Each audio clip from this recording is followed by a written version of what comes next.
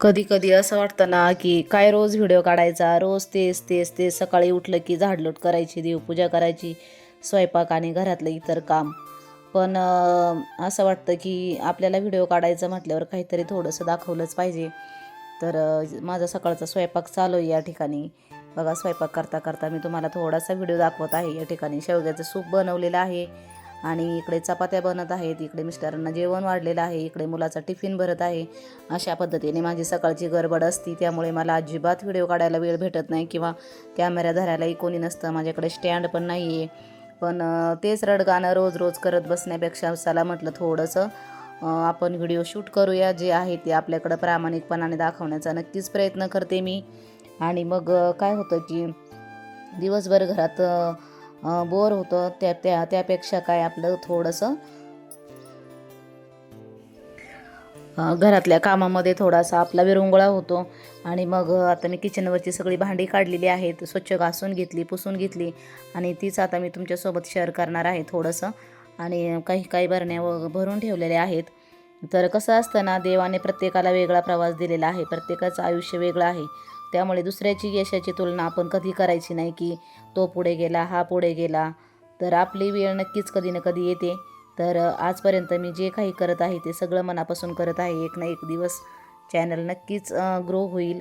आणि कसं असतं ना की सातत्याने जी केलेली गोष्ट असते ना, ती कधीच वायाला जात नाही. त्याचं नक्कीच मोठं यश आपल्याला मिळतं.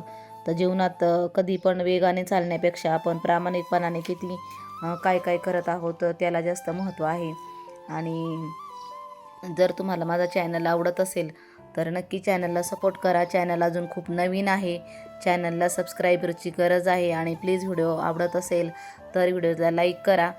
तर एकदम साधं सिंपल माझं जे डेली रुटीन आहे तर ते तुमच्याशी शेअर करण्याचा नक्कीच प्रयत्न करते. आणि त्यातूनही तुम्हाला काही चांगलं घेता येईल याचा मी नक्कीच प्रयत्न करते. आणि नक्कीच त्यासाठी मी कायम प्रयत्नशील राहील. आणि बघा, सकाळची सगळी कामं आवरली. मी खाली गेले होते दुकानामध्ये. दुकानात 12:30-1 वाजेपर्यंत बसले की वरती आल्यावर आपली जी भूक असते ती भूक निघून जाते. दुपारीच आपल्याला 11-11, 11:30 वाजता जेवणाची सवय असते, तर ती भूक निघून गेलेली असते. आता मला भूक पण नाही, त्यामुळे थोडीशी मॅगी करून खाल्ली. आणि हे जे मी तुम्हाला आता दाखवलं बघा, तर बघा हे दळण आहे. दळण गिरणीतून कसं दळून दिलं बघा. आणि हे जे पीठ चालतो आपण त्यानंतर एवढा जाड रवा निघालेला आहे त्यातून. आता बघा गिरणीतून कसं दळून दिलं आहे. आता त्याची एक दिवस मी नक्कीच त्याचं काहीतरी करेल. एवढा जाड रवा आहे की त्याची लापशीसुद्धा होऊ शकते. आणि अशा पद्धतीने बघा हे दळण दळून दिलेलं आहे. तर चला त्यातूनही आपण काहीतरी चांगलंच शिकायचं.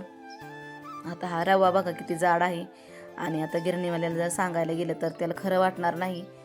पण आता हे असंच ठेवून त्याची गुळाची लापशी बनवणार आहे.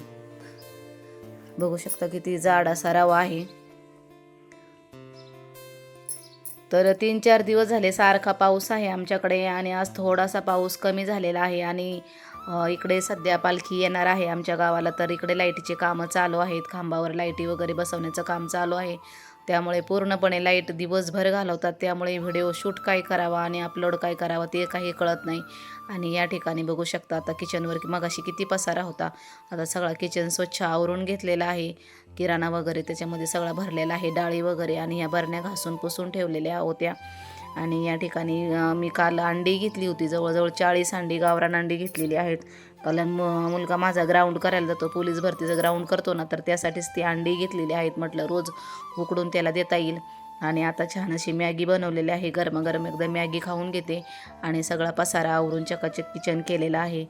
तर नक्की चॅनलला सबस्क्राईब करा. व्हिडिओ आवडत असेल तर व्हिडिओला लाईक करा. आजच्या पुरतं इथेच, थोडासा व्हिडिओ छोटा झाला.